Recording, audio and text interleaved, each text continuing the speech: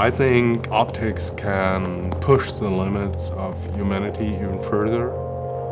This is the core of our culture. When it's get impossible, we love it. We love the challenge. The moment you see the shape of the lenses, you know this has never been produced before. Definitely not.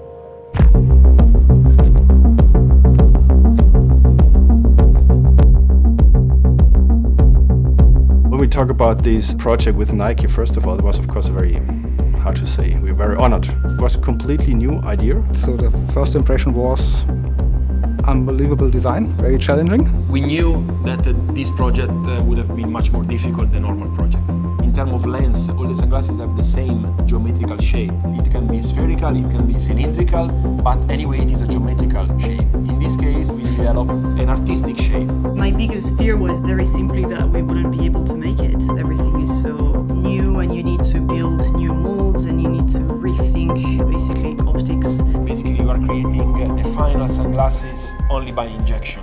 Creating this without any distortion, with an optically perfect surface, it is not easy at all to do it. We actually use ultra-precision machining. It's a technology that never was used before for eyewear.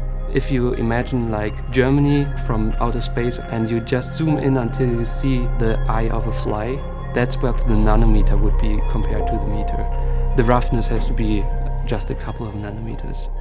The key thing for an athlete is always to go beyond their limits. So we are trying to develop something beyond any limits, even for color and performance for athletes. Normally when you develop a contrast tint, your eyes is very stressed, your heart rate increases a lot, but in this case you increase the contrast, but in the same time you relax your vision. We have never done something like this. One of the remarkable moments was our lens designer in US called me, middle of the night for us. He gave me a call and said, Timo, I really think we cannot make it, yeah? The combination of optics and aesthetic, it's so hard.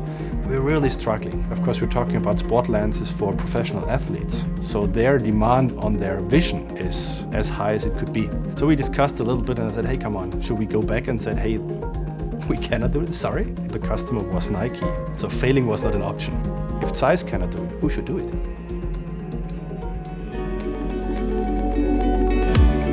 The most fun on this project, I think at the end of the day, was when we saw the first prototype works. The first injected lens is a sort of event, so it's the finalization of a very long period of stress. And say, okay, now the first baby is born. And it was really exciting for all the people to say, okay, we are on the right way.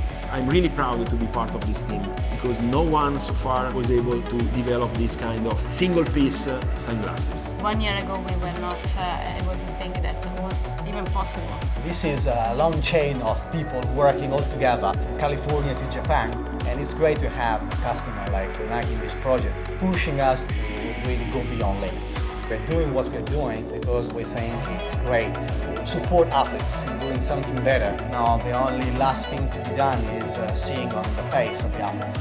That would be the perfect accomplishment of this project.